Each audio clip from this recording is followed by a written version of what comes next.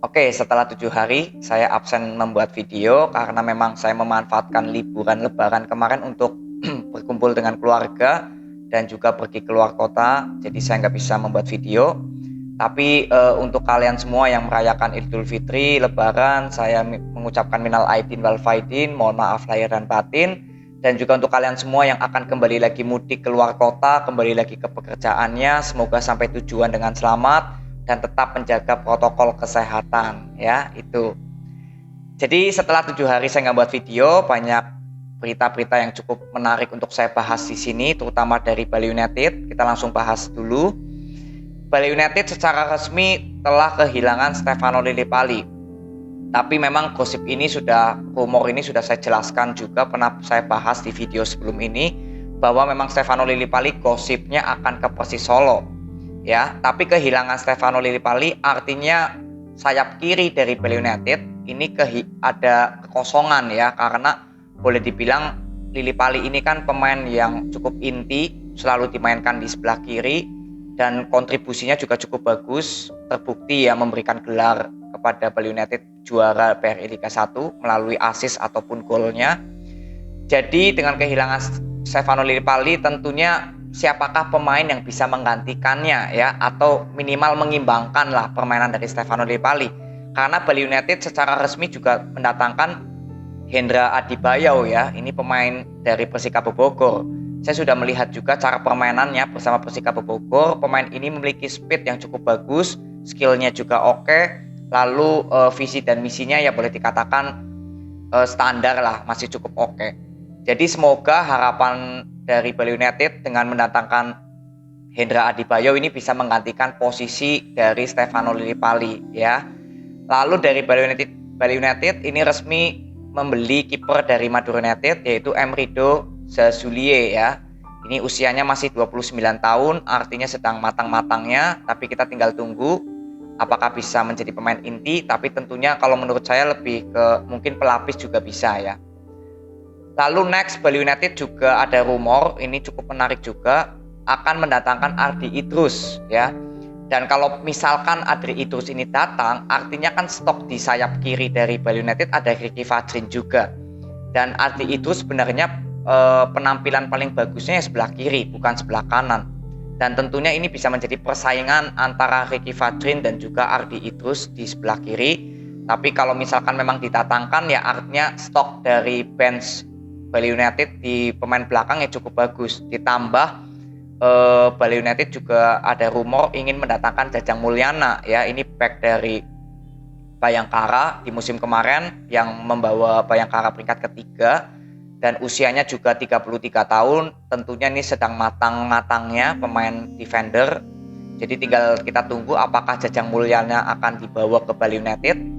Lalu ada rumor juga Nofri Setiawan ya. Ini Nofri Setiawan saya sudah melihat bisa sebagai back kiri atau back kanan.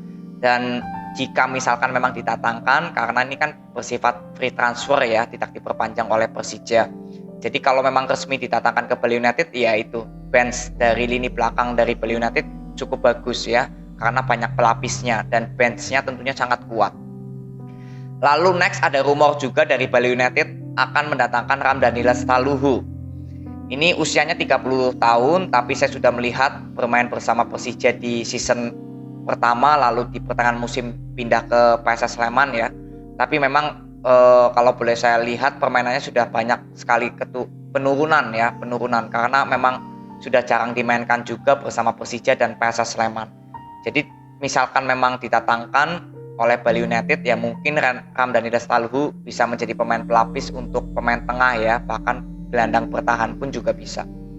Jadi itu dari Bali United, kita tinggal tunggu bagaimana kedepannya Bali United akan mendatangkan siapa, karena gosipnya masih ada pemain baru lagi ya yang akan didatangkan oleh Bali United. Lalu next kita lihat lagi yang siapakah yang akan resmi. Ini ada rumor bahwa Francisco Torres ya ini akan ke PSS Sleman. Jadi ini sudah saya bahas juga, tinggal kita tunggu apakah resmi didatangkan oleh PSS Sleman. Lalu ada perpanjangan kontrak dari Rahmat Hidayat PSIS Semarang, ini pemain yang cukup bagus juga, beberapa kali bermain menjadi pemain sayap kanan ya. Lalu eh, Reva Adi Utama ini resmi ke Madura United. Ya, ini Reva Adi Utama bersama Persebaya Surabaya bermainnya cukup bagus di sektor kiri. Jadi dengan datangnya Reva Adi Utama ke Madura, tentunya stok pemain dari Madura United di lini belakangnya banyak pilihan ya, karena Reva Adi Utama bisa menjadi line up ya, atau starting line up secara terus menerus oleh Madura United karena pemainannya cukup bagus, jujur saja saya sudah melihat ya. Lalu ada rumor dari Persebaya, ini ada gosip ingin mendatangkan Kasta Ignos, ini pemain dari dulu bersama Inter Milan juga ya, tapi memang tidak terlalu bagus, tapi ini hanya sekedar rumor, apakah benar akan didatangkan. Lalu Aaron Evans ini dari PSS Sleman resmi tidak diperpanjang ya, ini juga cukup menarik karena Evans ini boleh dibilang menjadi lini belakang yang cukup krusial, berapa kali selalu dimainkan sebagai line up ya. Jadi dengan kehilangan Evans, tentunya PSS Sleman harus mencari back yang bisa menggantikan posisi Evans ya, karena ini berapa kali menjadi koordinator di lini belakang PSS Sleman. Lalu next dari PSIS Semarang, ini saya akan bahas PSIS Semarang ini kan saat ini belum ada pelatih ya, boleh dikatakan masih kosong kursi kepelatihannya, tapi ada gosip ingin menunjuk Sergio Alexander ya, ini sebelumnya membawa Persiraja Banda Aceh terdegradasi. Tanggapan saya atau respon saya, kalau menurut pribadi saya ya, opini saya tidak setuju jika PSIS Semarang menunjuk Sergio Alexander. Kenapa? Bukan masalah Sergio membawa Persiraja terdegradasi, bukan. Tapi saya melihat permainannya saat membawa Persiraja Banda Aceh ini justru bermain lebih ke defense, berapa kali mengandalkan serangan balik terus.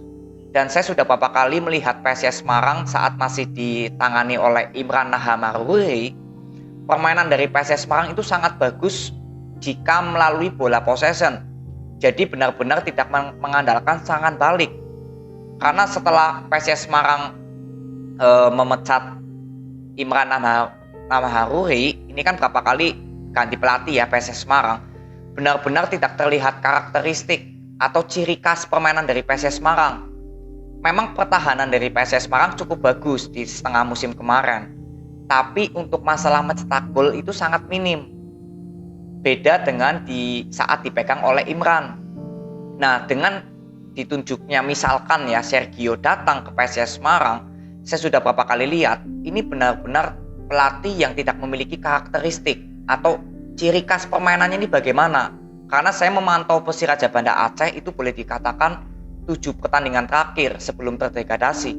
Saya sudah melihat berapa kali saya melihat Persiraja Banda Aceh ini sebenarnya sangat bisa untuk mengimbangkan tim-tim segmen papan tengah lah, atau segmen papan atas di Liga Indonesia.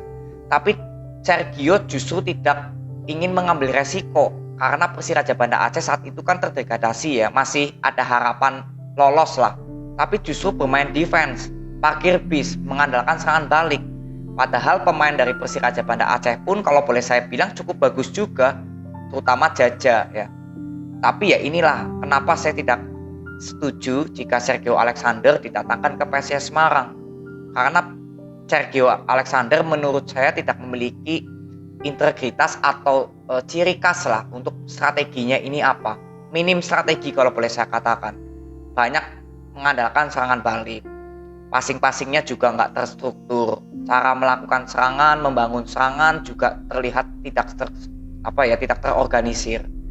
Jadi kalau menurut opini saya, jika PSIS Semarang mendatangkan Sergio Alexander, ini kan masih gosip ya, semoga ini tidak terjadi, karena PSIS Semarang untuk pilihan saya untuk saat ini ya tetap masih paling mending gitu ya, paling mending ya dipegang oleh Imran pada saat itu paling mending, karena penggantinya justru tidak ada yang membawa PSIS Semarang bisa memberikan hasil yang positif ya, karena ini kan kita tahu PSIS Semarang sudah membeli pemain-pemain bintang juga ya, Marukawa dan Fortes.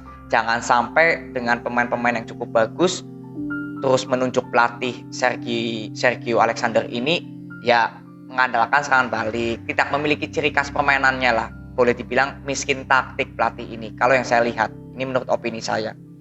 Jadi semoga tentunya semua keputusan kepada manajemen PSIS Semarang, ini hanya sekedar pendapat saya, opini saya. Jadi kita tinggal lihat apakah memang Sergio Alexander akan menjadi pelatih dari PSS Semarang. Kita tinggal tunggu kabar selanjutnya.